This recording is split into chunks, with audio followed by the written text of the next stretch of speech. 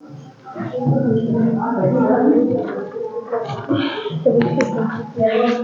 बच्चों, आज हम सीखने वाले हैं क्वेश्चन नंबर 8, पार्ट 10, एक्सरसाइज 10.2 वृत्त। बहुत ही इंपॉर्टेंट क्वेश्चन है और बहुत बार बोर्ड परीक्षाओं में पूछा गया है और बहुत आसान है। हमने जो प्रमेय पढ़े हैं दो इस चैप्टर में, एक प्रमेय हमने ये पढ़ा है कि किसी वृत्त की स्पर्श रेखा के स्पर्श बिंदु से जाने वाली त्रिज्या स्पर्श रेखा पर लंब होती है, ठीक। और दूसरा प्रमेय हमने पढ़ा है कि बाह्य बिंदु से वृत्त पर खींची गई स्पर्श रेखाओं की लंबाइयां बराबर होती है। देख लो, दो ही लगने हैं, इतने दो तो हम याद कर ही सकते हैं और समझ सकते हैं। समझना है सबसे पहले, फिर याद करना है। तो उसी पर आधारित एक सवाल यह भी है। तो यहां पर देखिए, ये सब बाह्य बिंदु हैं। ये यहां पर एक ही नहीं है, एक बिंदु ए है, बाह्य बिंदु है, इससे दो स्पर्श रेखाएं जा रही है। देखिए एएस और ए बी, ठीक है, जिसकी स्पर्श बिंदु क्या है, पी और एस। ऐसी डी से भी स्पर्श रेखा है, डी सी और डी, ये भी बोल सकते हैं। सी से जाने वाली स्पर्श रेखाएं डी बी और सी डी। समझ रहे हो बात? तो इसी पर आधारित प्रश्न है। देखिए, एक वृत्त के परिगत, परिगत माने होता है बाहर, एक वृत्त के परिगत माने होता है वृत्त के बाहर, ठीक है। ये वृत्त के बाहर है ना, चतुर्भुज ए बी सी डी खींचा गया है। देखो ये चतुर्भुज है, ए बी सी डी है, नहीं है, ए बी सी डी कहां है, वृत्त के बाहर है। लेकिन इसकी जो भुजाएं हैं इस चतुर्भुज की, वो क्या कर रही हैं, वृत्त को स्पर्श कर रही है। समझ में आ रही बात? इसलिए ये क्या है बच्चों, स्पर्श रेखाएं हैं, ठीक है। ये A B, B C, C D और डी ए। तो आपको सिद्ध करना है कि ए बी धन सी डी, जितना ए बी धन सी डी होगा उतना ही ए डी धन बी सी होगा। समझ रहे हो बात? तो हमें इस प्रश्न को देखते हुए इसको हल करना है, ठीक है। तो सबसे पहले दिया है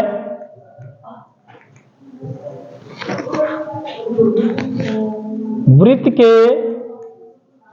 परिगत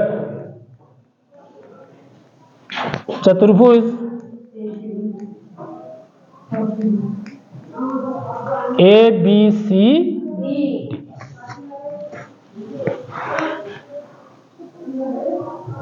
जहां ये क्या है बच्चों, ये इनकी स्पर्श रेखाएं, फिर A B, B C, C D तथा डी ए वृत्त की क्या है, वृत्त की स्पर्श रेखाएं भी हैं, स्पर्श रेखाएं हैं।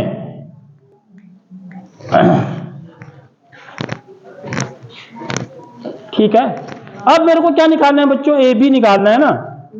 तो ए बी निकालने के लिए मेरे को क्या चाहिए, ए बी किसके बराबर है, ए पी धन बी पी के बराबर है नहीं है, ए बी इसके बराबर है।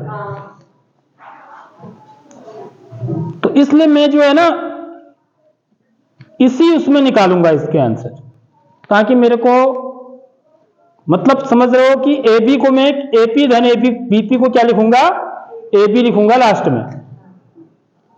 क्यों? क्योंकि ए बी क्या है, ए पी धन बी पी है। तो इसकी बात तो लास्ट की है, पहले समझ लो। यहां पर ए पी और ए एस दोनों कैसे होंगे बच्चों, बराबर होंगे नहीं होंगे? क्योंकि ये बाह्य बिंदु है, ये स्पर्श रेखाएं हैं, तो बाह्य बिंदु से हमने ये पढ़ा प्रमेय पहले कि एक वृत्त है जिसका केंद्र O है, माना एक बिंदु बाहर है, माना बिंदु बाहर P है, तो इस पर जो स्पर्श रेखाएं खींची जाती है PA और PB, ये जो होते हैं आपस में बराबर होती है। तो यहां पर ये थोड़ा छोटा दिख रहा है, समझ रहे हो बात, ये जो लाइन्स हैं वो छोटी रहे ना, लेकिन है तो ये बाह्य बिंदु से खींची गई स्पर्श रेखाएं, तो इसलिए AP किसके बराबर होगा, AS के बराबर होगा। तो यहां पर रचना कुछ नहीं करनी है आपको, ठीक है, कुछ भी रचना नहीं करनी है, सीधे उत्पत्ति लिखेंगे आप।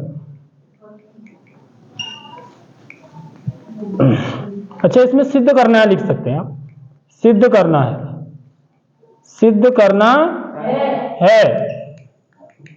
क्या सिद्ध करना है, AB CD बराबर AD धन BC, सीधे उत्पत्ति लिखेंगे।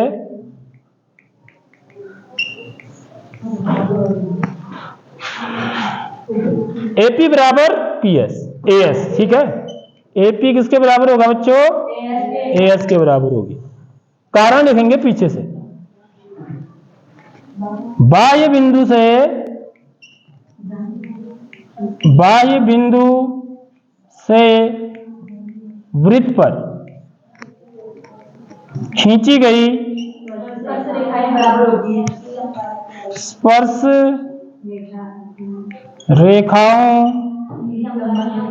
रेखाओं की लंबाई बराबर होती है। आगे बात समझ में, इसलिए ये इसके बराबर होगा। अब उसके बाद देखिए, अच्छा जरा CD कैसे होगा देखो जरा से, क्योंकि मैं इसी क्रम में लिखूंगा ना, फिर समझ में आ रही बात। CD किसके बराबर है, CR धन DR। तो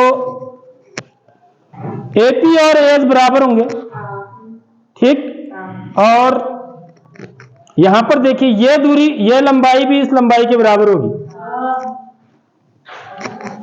BP किसके बराबर होगा, BQ के बराबर, BP बराबर BQ, कारण सेम हुआ। समझ में आ रही नहीं आ रही बात। अब देखिए यहां से CQ बराबर CR, तो मैं यहां पर इस तरफ CR लिख दूंगा, CR पहले लिखूंगा। क्यों लिखूंगा, क्योंकि CD निकालने में CR आ रहा है ना, इसलिए CR किसके बराबर होगा, CQ के बराबर होगा। ये दूरी और ये दूरी भी बाह्य बिंदु है, ये बाह्य बिंदु से खींची गई स्पर्श रेखाएं हैं, तो इनकी लंबाई भी आपस में बराबर होगी। ऐसे यहां पर मैं इसको क्या लिखूंगा बच्चों, DR। DR किसके बराबर होगा, DS के बराबर होगा। समझ आई नहीं आई बात, बस हो गया क्वेश्चन आपका,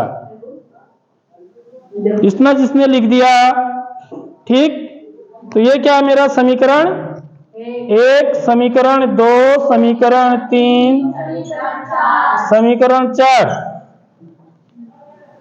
यदि मैं AP और BP को जोड़ूंगा तो ये भी आएगा, इसीलिए मैंने ऐसे लिखा, नहीं तो मैं AS को इधर लिख देता, AP को इधर लिख सकता था ना, तब जरा सा फिर अब मेरे को एडजस्ट करना पड़ता। तो यहां पर एडजस्ट करने के लिए आप पहले ही ऐसे लिख लो कि AB किसके बराबर होगा, AB AP धन BP। समझ में आ रही बात, इसलिए मैंने AP और BP को इधर साइड ही लिया, लेफ्ट हैंड साइड में। समझ में आ रही नहीं आ रही बात। ऐसी CD किसके बराबर होगा, पहले ऐसे लिख लो आप रफ में, किसके बराबर, CR धन DR। तो इसलिए मैंने CR और DR भी इस साइड ही लिए, देख लो आगे बात समझ में। अब मैं क्या करूंगा, इन सबको जोड़ दूंगा, इन सब समीकरणों को जोड़ देना है। समझ में आ रही बात। तो क्या करना है, समीकरण 1, 2, 3 तथा 4 को जोड़ने पर इन सबको जोड़ूंगा तो कैसे जुड़ते हैं, LHS LHS से जुड़ेगा, RHS RHS से, तो क्या हो जाएगा बच्चों, AP धन BP धन CR धन DR बराबर AS धन BQ धन CQ धन DS। ठीक है, अब मैं जोड़े बनाऊंगा, इन दोनों का जोड़ा हो गया, इन दोनों का जोड़ा हो गया, इन दोनों को जोड़े को क्या बोलूंगा, AB, इन दोनों के जोड़े को CD। अब इधर देखिए जरा,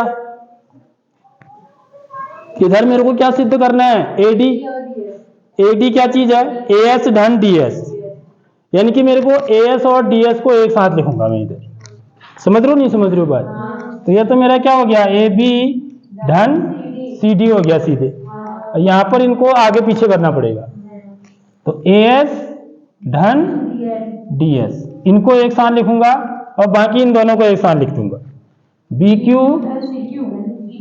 CQ। तो AS धन DS क्या हो गया, देखो जरा सा, AS धन DS कितना हो गया, AD हो गया नहीं, यह AD हो गया, और BQ धन CD, BQ धन CQ क्या हो गया, BC हो गया, तो आ गया नहीं आ गया बराबर, हैंस प्रूव्ड इति सिद्धम। ठीक है, तो ऐसे आप इसको करेंगे क्वेश्चन।